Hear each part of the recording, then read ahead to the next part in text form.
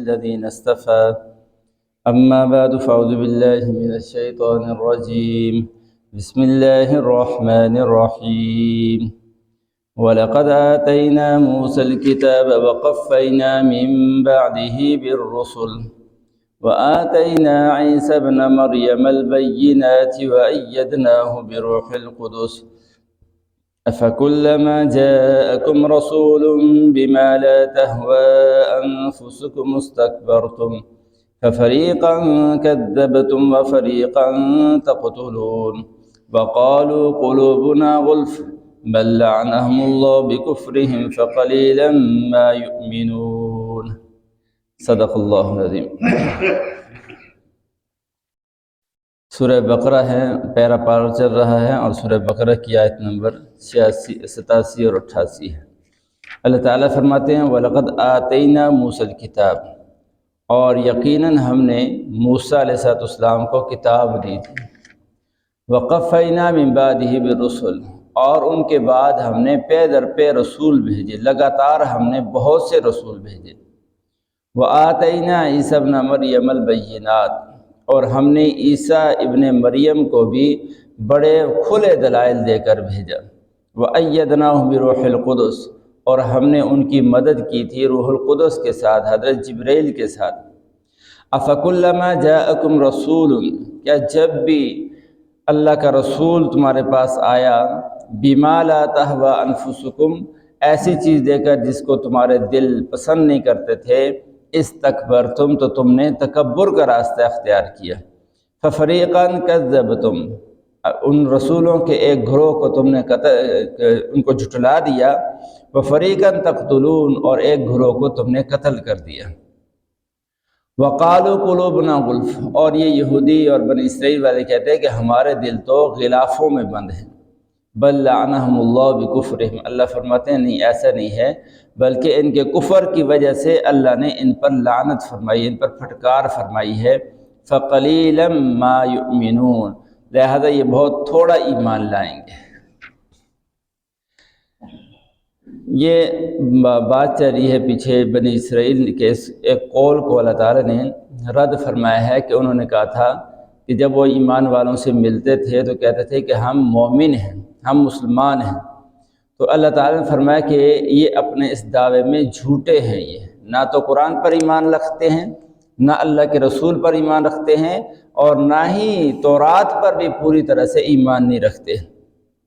اور ان سے جو مختلف عہد لیے گئے تھے کہ تم نے جو نا آپس میں دوسرے کو قتل نہیں کرنا، کسی کو جلا وطن نہیں کرنا، اور کسی کو جو ہے اس کے گھر سے نہیں نکالنا، کوئی قیدی ہو جائے اس کو چھڑا لینا ہے، تو یہ سلسلہ ان کے ساتھ چلتا رہا، انہوں نے اس کی نافرمانی کی۔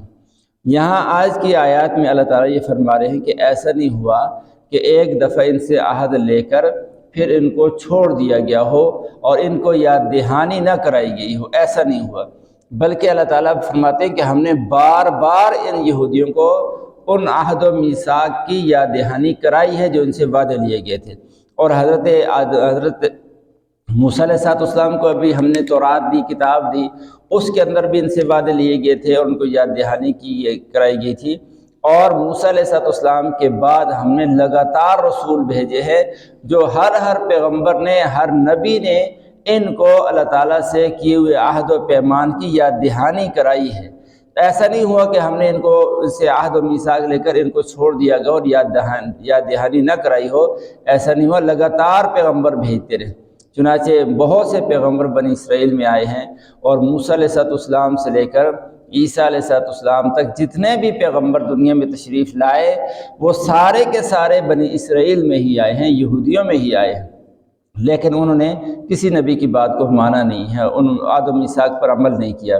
آگے فرمایا کہ انبیاء علیہ الصلوۃ والتسلیمات کی، یعنی بنی اسرائیل کے نبیوں کا آخری جو نبی تھے عیسیٰ ابن مریم تھے، اللہ فرماتے ہیں ہم نے ان کو بھی بڑے کھلے دلائل دے کر بھیجے، نبوت کے بڑے کھلے دلائل دے کر بھیجے ان کو، لیکن تم نے ان کا بھی انکار کیا، اور انکار تو کیا کیا، ان کے قتل کے در پہ ہو گئے تھے یہودی۔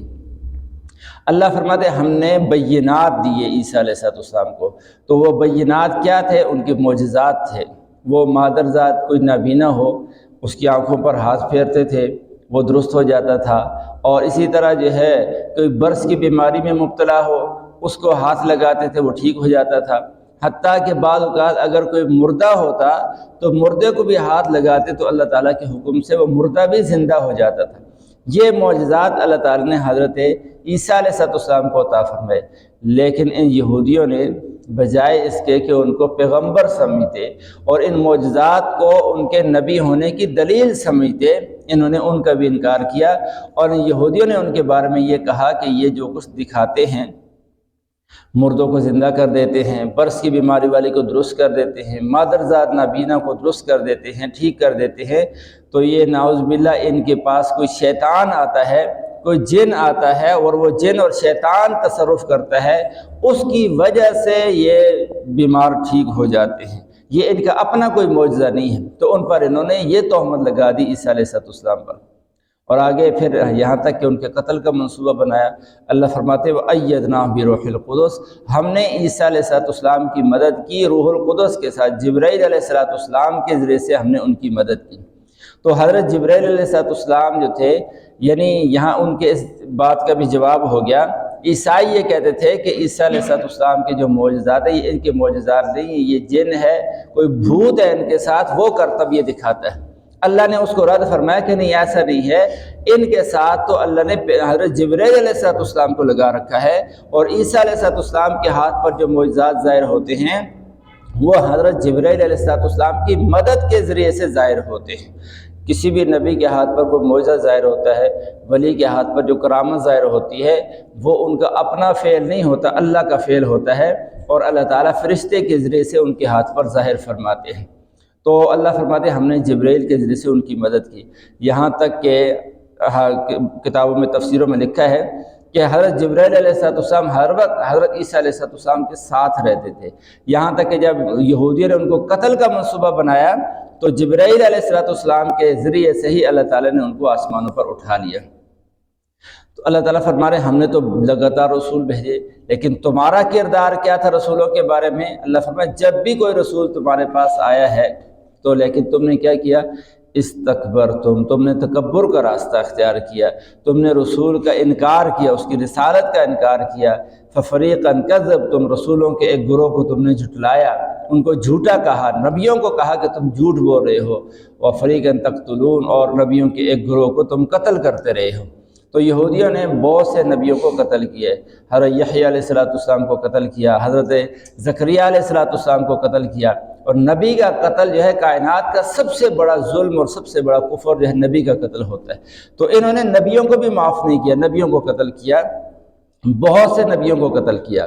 بعض تفسیروں میں لکھا ہے کہ ایک دن میں یعنی 43 نبیوں کو انہوں نے قتل کیا، اور ان کو بچانے کے لیے جب ان کے صحابہ آئے تو 150 صحابہ کو بھی ایک دن کے اندر ان یہودیوں نے قتل کر دیا۔